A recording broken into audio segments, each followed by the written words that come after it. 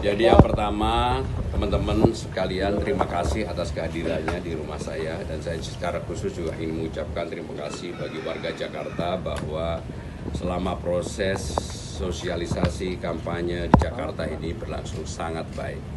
Dan ini menunjukkan tekad saya di awal dengan Bang Dul untuk politik riang gembira itu alhamdulillah bisa berjalan. Yang kedua, secara pribadi saya juga mengharapkan bahwa bagi KPU, Bawaslu, siapapun yang terlibat dalam proses pemilu gubernur di Jakarta ini menjaga demokrasi dengan baik dan mudah-mudahan tidak tercederai, ternodai dalam bentuk apapun. Karena memilih pemimpin itu adalah memilih figur, kalau di awal sudah berlangsung tidak baik tentunya kemudian hari juga kurang baik. Sehingga dengan demikian saya betul-betul berharap fairness, adil, dan apapun hasilnya harus diterima oleh siapapun termasuk saya pribadi dan keluarga.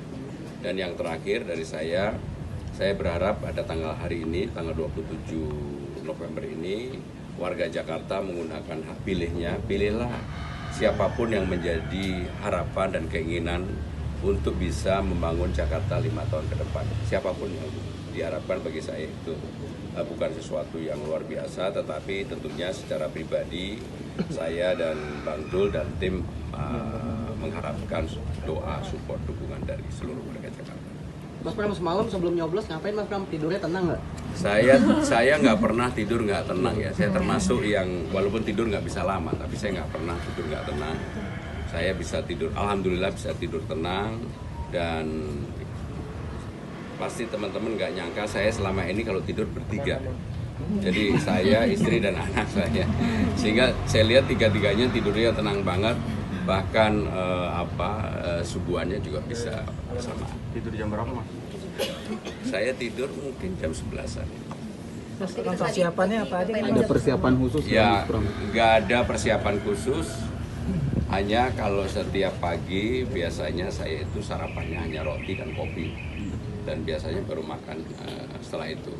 Dan ini karena pemilihan gubernur yang disorot oleh seluruh Indonesia, bukan hanya Jakarta. Sekali lagi saya berharap mudah-mudahan berlangsung sangat baik. Mas, hitung-hitungannya kan 1 atau 2 putaran, Mas? Ya, secara pribadi saya tentunya mengharapkan 1 putaran. Kenapa 1 putaran? Supaya warga Jakarta bisa kembali hidup normal, tidak lagi, karena kan pilkada di tempat lain sudah selesai semua. Sehingga dengan demikian Jakarta juga perlu nggak ada lagi ketegangan walaupun kecil.